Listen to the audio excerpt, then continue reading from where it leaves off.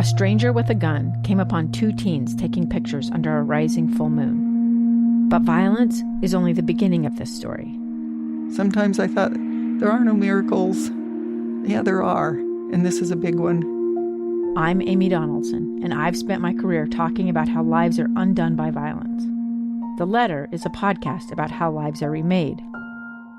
Follow The Letter at theletterpodcast.com or wherever you get your podcasts.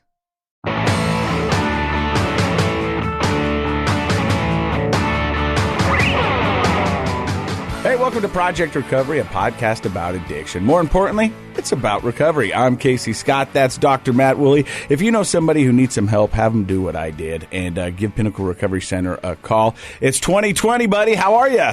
Good. Loving the new year so far. Really? Did you make resolutions? No, I didn't. Not at all? Nope. You kind of felt like you were going to make one up right on the spot. No, I thought about saying something snarky, but no, I actually, so a long time ago, back when we used to do the radio show and all that, I got into several years in a row talking about New Year's resolutions, and then I really looked at the psychology of it, like, what do we know? And the reality is it's almost like you set yourself up to fail. I get that. You know, and so people feel this, I think it's even worse nowadays with everyone being on social media. There's a lot of pressure to have a New Year's resolution, and it really violates the science of behavior change. You really need to contemplate before you make commitments to change your behavior. Otherwise, we all know what we should do, whether it's save more money, get in shape, read a book, whatever it is. So knowing what to do isn't the mystery. It's actually committing to it. And so most people just say, I'll do it without really making the commitment. So the reason I hesitated was because I am contemplating some health changes in my life to try to get back. You know, I've let myself get a little unfit. It'll happen. So, yeah. So, but as far as it being like a New Year's resolution, no. I don't do that because I think it sets you up to fail. So let's use that same scenario and put that into the recovery world because it goes perfectly with that. Mm-hmm. I think so many people, even myself, would sit down when I was drinking beers on my back porch and say, I'm not going to do this anymore. Right. You know the behavior. The behavior is stop drinking. Yeah. And I'm not going to do this anymore. But then I wouldn't change anything I was doing to make that happen. I didn't put any skin in the game. I would just say, I'm not going to do this. And then as soon as I had one beer in my hand, I was like, well, I already broke that. Might as well get 2. Right. So you have that whole, the snowball effect of, you know, I had a grad school professor who called it the Oreo cookie effect. You know, somebody's on a diet. They're doing a great job. They've gotten rid of all the stuff in their house that's bad for them. You know, a couple of weeks in, they find that bag of Oreo cookies. That mom hid above the fridge because she didn't want us to eat them all. That's right. I knew where you hid them, Mom. I knew exactly where you hid them. And if you're not really committed to the process, you have one Oreo cookie because you've been doing so good as a little reward, and then you start to feel like, well, I had one, I might as well have 2. If I've had 2, I might as well have the whole bag. Right? And that's a person who hasn't really committed to this shift. So a person who's not really contemplating what would my life be like if I made this big change. So if we put it back to recovery, somebody who is sitting on the back porch and they're like, this drinking's getting out of hand, they really need to spend some time contemplating and connecting their brain to, well, how would my life be different and better if I stopped drinking? Like I'm, instead of just jumping to telling everybody I'm going to stop drinking, why don't I jump to a connection mentally and emotionally with how better my relationships would be with my family and my friends? How about a connection with what I could do health-wise? How would I feel if I wasn't drinking every day?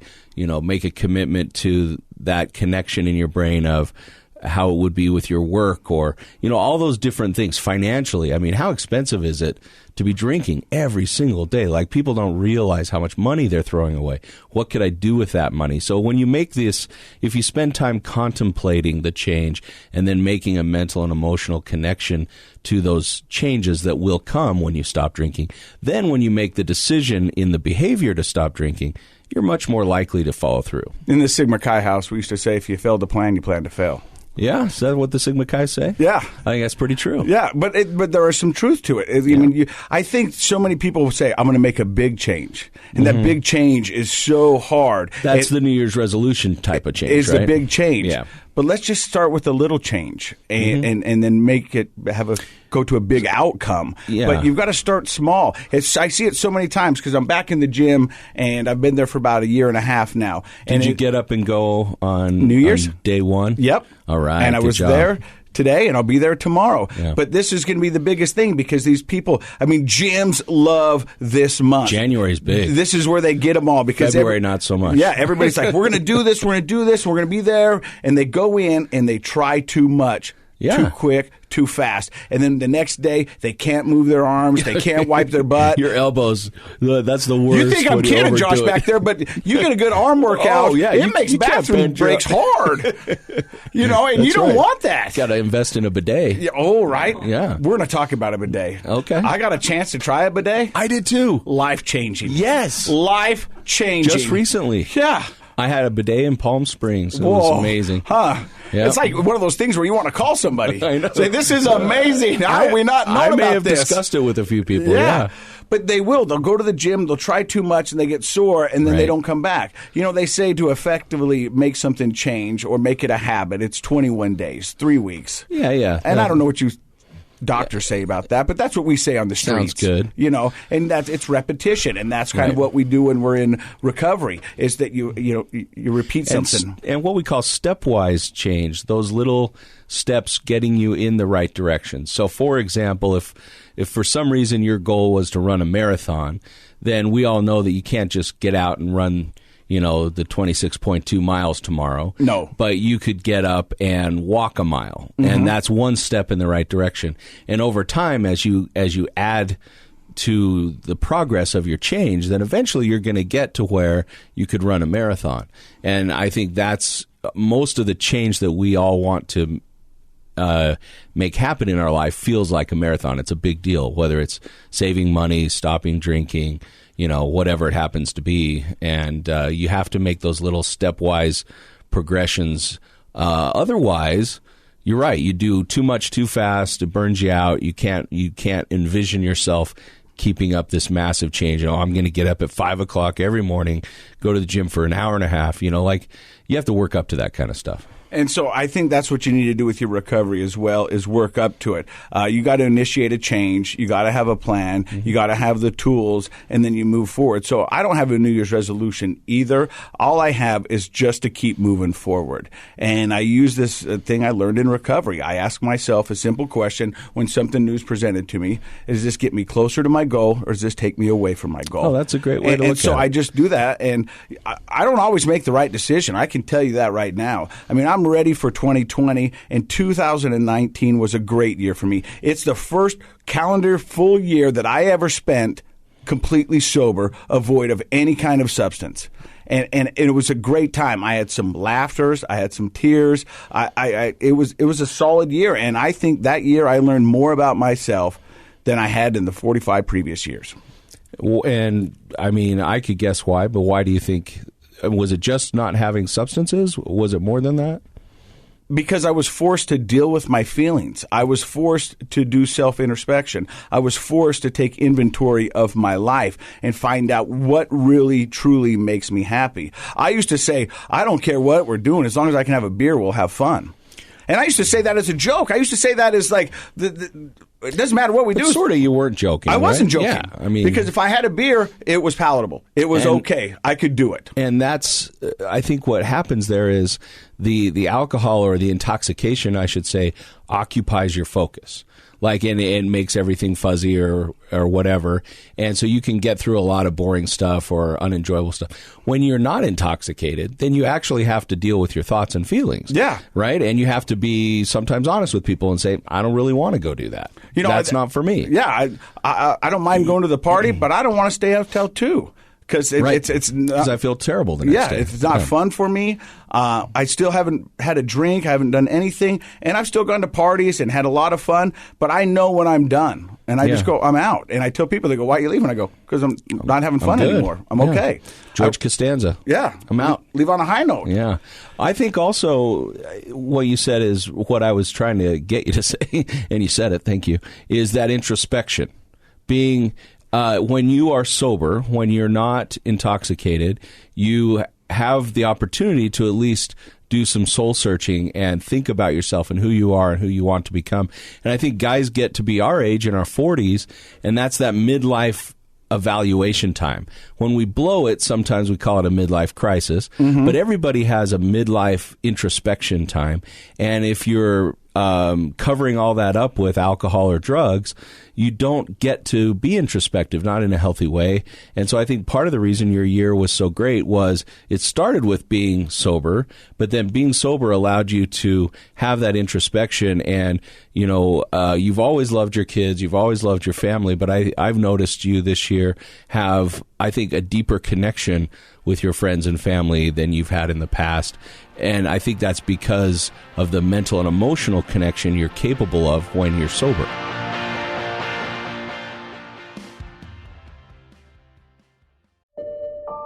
I'm Dave Cawley, investigative journalist and host of the podcast Cold. Don't miss Cold's new Season 3, where I look into the unsolved disappearance of Cherie Warren, a woman last seen leaving her job at a Salt Lake City office in 1985. Police cast suspicion on Cherie's estranged husband and boyfriend, but never made any arrests or recovered Cherie's remains. Find Cold Season 3, The Search for Cherie, anywhere you get your podcasts.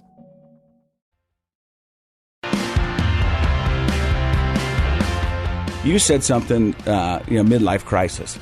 I didn't have a midlife crisis. I had a midlife awakening. Yeah, that's a great way to look at it. And for me, that's the way I choose to look at it. It's like, these are all the things that I've been missing out. I thought I was doing life great, and I was having a good time a lot of the time, but I was missing out on some true connections. And what we found on this podcast is the opposite of addiction is connection, and I'm making real connections. I'm being authentic. I'm not trying to make people laugh all the time. If I can and I want to, I will, but I don't feel obligated. I don't feel obligated to make you laugh. That's not my job. My job is to live. And this New Year's Eve, I remember talking to my kid, Frankie, and her son, and my son, Bowden, and she goes, "Was this a good New Year's, Dad?" And I said, "It was amazing, because I got to spend it with you." Yeah. She goes, "Oh, Dad." And I go, "I'm not kidding you. Yeah. This was really because you were with me, and we didn't do something spectacular. We had a good karaoke party and everything fun, but it was just people hanging out and talking." And I went,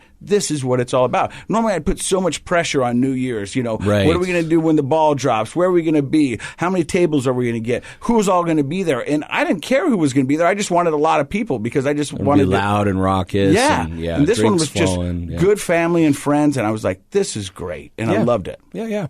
Well, and Frankie will get that when she gets older. I mean, she gets it now, but I think she'll really appreciate that shift when there's an interesting phenomenon when we get to be the age our parents were at important times in their lives, we appreciate it more. Yeah. And so when she gets to be in her midlife and she looks back on this change that happened for you this last year, I think she'll appreciate and understand it even more, what you mean by this was an amazing New Year's Eve. All right, let's move on a little bit because I want to talk about our last podcast. Yeah. We had Casey Tucker on. Yeah. And we put a video out on Facebook. Now, for those of you guys in the Facebook world or even in the social media world, normally if you put an 8-minute video out, that is the death of your video because nobody's going to watch 8 minutes. Yeah. But the subject we tackled in this was self-harm and suicide. And Casey spoke so candidly about his attempt and what happened. It's really, a lot of people are going, wow. Yeah. And I would like to have Casey back on sometime and kind of talk about that because we really did get into the aftermath of the recovery and what he went into. Right. I think you and I both had a lot of questions that we weren't able to have time for in that part of this story. Yeah. But I know this time of year is so great for so many and so horrible for so many. It's tough. It's a tough time. And we want you to know that there is help out there. And if you find yourself needing to talk to somebody, there's lines out there of communication that you need to call and say, hey, I really need to talk to somebody. Because the thing that really struck me in that video was when he said how much it hurt. Physically. What, shooting himself in the face? Yes. I would think so. But for me, that stuck out. I was like, I never thought of that. Yeah. You know? Well, what was interesting about that, and in my line of work, I've spoken with a lot of people over the years who have gotten to that point of suicide and made a serious attempt and thankfully survived, and then they're able to talk about it later. And you're right, not a lot of them talk about the physical pain, but there's a lot of physical pain that he experienced going through what he went through. And what's interesting compared to a lot of other people's stories is it sounds like he, for the most part, maintained consciousness. Yeah. Which probably, I mean, it would have been nice to be unconscious because of the pain factor. He said when he opened his eyes, he saw smoke coming out of his face. He said he could taste the bullet in his mouth. Which is unbelievable to me. It must have just been, just millimeters of difference between life and death for him. The other crazy thing is that I want to talk about is that, Casey came to me and said, I want to tell my story. And some of my job is responding to people who want to share their stories. And the other part is me going out and trying to find stories. And for every person like Casey who's willing to come on here and be so honest and open up and share his story, there's 15 others that don't want to talk about it. And they don't want their story out. And that's why this podcast is so powerful, because we're able to share stories, whether you're sharing your story or someone's hearing it, you are making a difference. And I remember Casey, I even said this when we started the podcast, if we just help one person, this podcast has been worth it. Oh, yeah. But Casey said the same thing. I go, why do you want to tell this story? And he goes, because I want to help somebody.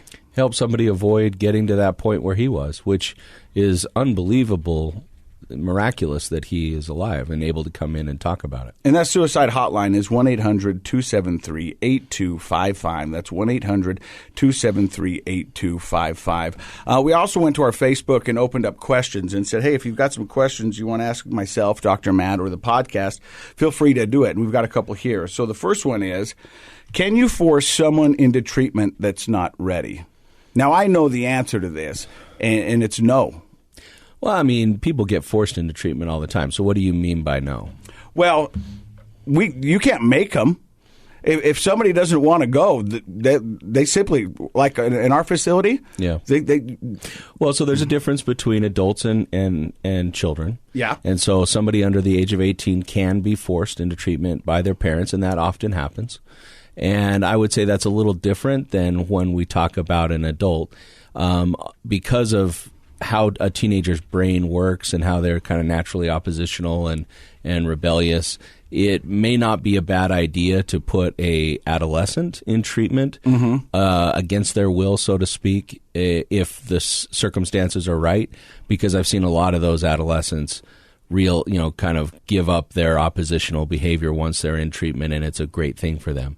But I think what you meant, and I agree with that, is that when a person hasn't made a commitment to change for him or herself, they can go to a detox or they can get sober for a period of time, but then because there's no real commitment to change, because they felt like it was forced upon them, they have a very, very high rate of relapse. Yeah. And so, like, if somebody wants to come to Pinnacle Recovery, and we're not going to hold you there. If you want to leave, the door's open. Most of those places are, in fact, they would prefer for the milieu or the group that's there so that it's a healthy environment. They don't want a person there who feels forced. And you'll be leaving on what's called an AMA, which is against medical advice. Right. We suggest you don't go. We don't think you're ready to go, but legally we can't keep you here. Can't keep you here. But they do mark it down as AMA so that if there's ever a question about why you left, then the docs and other people in the future know. Well, you're a doctor, so let's talk about there is such thing as commitment, where you could, like what they did with Britney Spears, where they would do Did she get committed? Yeah, for a psych hold for like 36 hours. Oh, I think really? it's called the 5150. Is that what it is? Can you tell me what that is? So when a person is deemed to be imminent danger to themselves or someone else, then you can get a judge's order to hold them in typically a psychiatric hospital or a regular hospital with a psychiatric facility within it for safety reasons, and to have them evaluated. A lot of the time there are illegal drugs and alcohol involved when a person's in that state, so that gives them time to clear up a little bit and kind of get their wits about them a little bit more and make better decisions. And it's not uncommon for a person to say, I want to stay, after they've been committed. But that's basically the reason is if it's clear that that person is going to kill themselves or be of danger to other people, then it's a short period of time. I think I can't speak for every state, but I think in Utah it's 72 hours. Yeah, I think that sounds about right. Yeah. I'm going to go with you because you got the... That's my guess. I don't work inpatient anymore. I used to, and what I recall is you can get a judge's order for a 72-hour hold, and I think that's state by state. Yeah. Okay. Another question is, I think I know the answer to this. I get this all the time where people go, I think I know the answer to this, but they want to ask the question. Mm-hmm. My son-in-law is an alcoholic. It makes my daughter so unbearable. She wants it over but can't seem to pull the trigger. No kids involved, a vicious cycle. She says, my daughter enables him. I think they've been married for 6 years. He's the nicest guy, however, has a huge drinking problem and no ambition, sad. My daughter is a huge go-getter. So she wants to know what to do in that situation. And I think that situation is pretty common. You know, who was it? It was Darlene, I think, 2 podcasts ago. Mm-hmm. And she said, recovery isn't to make a bad person good. It's to make a sick person well. Yeah. And she says right there, he's a great guy, but when he's drinking, he's not. He's not, yeah. So what would you say to that family member? I mean, because I wrote her back and I said, I'm sorry, I'll ask Dr. Matt, but because you're the doctor. Yeah. I said, but she needs to come up with her own decision, the daughter does. She needs to set up boundaries and say, this is either working for me or this is not working for me. And there's something not healthy with the daughter's perspective of the situation. And people need to understand that I typically do not think in black and white terms, and I don't speak that way either. So if I say there's something unhealthy, there's a lot of healthy things with her. Mm-hmm. But the fact that if I understand this correctly, she's staying in what essentially amounts to an abusive relationship for 6 years with somebody who is unhealthy himself. Maybe and when you say abuse, it's not always just physical. No. Mental. I would say from what we know, most, when we talk about committed husband-wife type relationships, most of the abuse that happens is emotional and psychological. Physical abuse does happen at times, but the emotional and psychological abuse is typically harder to identify and harder to deal with. So it's not a small thing by any means. But I would say for this mom who has written in, I would say, please encourage your daughter to go get her own therapy for a little while. 6-8 visits, go in, really delve into the issues that are surrounding her marriage and why she's staying in it. If she is a go-getter personality, she may have a very competitive personality, and a competitive person doesn't like to give up on things. And so a good personality trait like being a go-getter and a competitive person can also sometimes work against us. And so that may be hindering her ability to make the decision that she knows she needs to make at this point. It's not a 6-month marriage, it's a 6-year marriage, and if things aren't getting any better, then it doesn't mean he's a bad person, but he's a person who needs to get better, and it may not be able to happen within that marriage or that relationship because they may have issues of codependency that kind of enable each other to both have unhealthy behaviors. So I'm not encouraging divorce or anything. What I am encouraging is for that woman, the daughter, to go in and really delve into her own stuff. This is about her decision to stay, just like it is for any of us in our relationships. It's about you and what you see in the relationship. And so she may need to learn how to have her personality traits work for her instead of against her. I've heard it described as pathological loyalty. That's not a diagnosis, but sometimes some people are very, very loyal people, and they're very competitive, and they don't like to give up, and they feel like they can fix anything. And those are great traits in most situations. Mm-hmm. But in a situation like this, where the issue is out of her control, she cannot, we've learned this many times with many guests on the show, you can't fix another person's substance abuse problem. And so she may be trapped in this unwinnable cycle where she thinks if I just work hard enough, if I just love him enough, if I'm not going to give up. I don't give up. I'm a ride or die. Right. And Casey and I are not saying to give up. We're saying go in and figure yourself out. Go in, have some sessions, really delve into who you are and what you're about and what your connection in this relationship's about, and then she'll be able to make the best decision for her and ultimately for her husband, who we, of course, hope gets the help that he needs so that he can be one of those people that gets healthy and gets well. That brings me to my next topic, self-love. It seems to be talked about right now. It's a huge buzzword in 2019. I'm sure it'll go into 2020. What is your definition of self-love?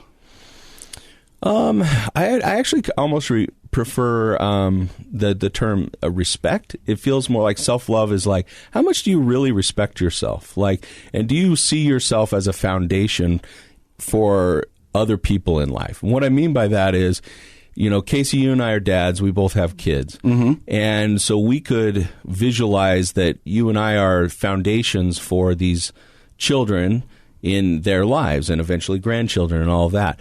So if a foundation is cracked and crumbly, if it's lopsided, if it's not solid, then no matter how great the house is up on top of that foundation, it's going to have problems.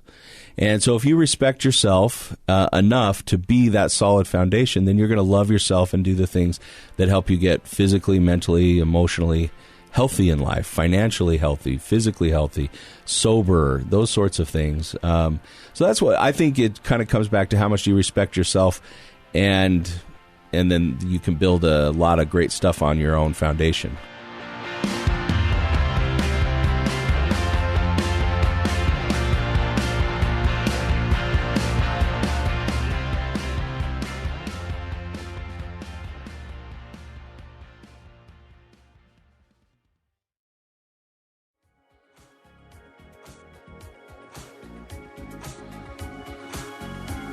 The contents of this program are for informational purposes only. The program is not intended to be a substitute for professional medical advice, diagnosis, or treatment. Always seek the advice of your physician, licensed therapist, or other qualified health provider with any questions you may have regarding a medical condition. Never disregard professional medical advice or delay in seeking it because of something you've heard on this program. KSL does not recommend or endorse any specific tests, physicians, products, procedures, opinions, or other information that may be mentioned on the program. Reliance on any information provided on the program is solely at your own risk.